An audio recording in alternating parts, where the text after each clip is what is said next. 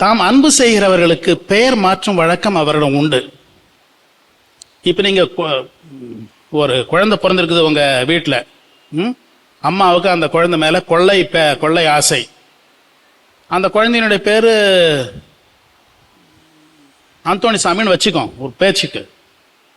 ஆனால் அந்தோணிசாமி அப்படின்னா கூப்பிடுறீங்க, எப்படி கூப்பிடுவீங்க? ஏதாவது ஒரு செல்ல பெயர் வைத்து கூப்பிடுவீர்கள். டோனி, ஆண்டோ அல்லது குட்டி, அம்மு அப்படின்னு ஏதாவது ஒரு பெயர் வைத்து கூப்பிடுவீர்கள். அது நீங்கள் அன்பு செய்யும் உங்களுடைய குழந்தைக்கு வைக்கின்ற தனிப்பட்ட பெயர். அந்த பெயர் என்பது அந்த குழந்தைக்கு நீங்கள் கொடுக்கும் ஒரு தனித்துவம். வருங்காலத்தில் மற்றவங்கெல்லாம் கூப்பிட்டா கூட அந்த பெயர் அந்த பையனுக்கு அவ்வளோவா பிடிக்காது. ஆனால் வீட்டுக்கு வரும்போது அம்மா அந்த பெயர் சொல்லி கூப்பிட்டாக்கா அவனுக்கு 60 வயசு ஆனால் கூட உடனே மனசில் அந்த பாசம் திரும்பவும் விழித்து கொள்ளும். Okay, we like that. செல்ல பெயர் நம்முடைய பெற்றோர்கள், நம்மை அன்பு செய்கிறவர்கள் நமக்கு வைத்த, நம்முடைய உண்மையான நண்பர்கள் நமக்கு வைத்தது நமக்கு பிடிக்கும். கடவுள் இந்த பழக்கம் உள்ளவர். ஆபிரகாம் மேலே ரொம்ப பாசம் வச்சிருந்தார். அவருக்கு என்ன பேர் கொடுத்தாரு? உன்னுடைய பேர் ஆபிரகாம் கிடையாது, நான் மாற்ற போகிறேன், ஆபிரகாம்.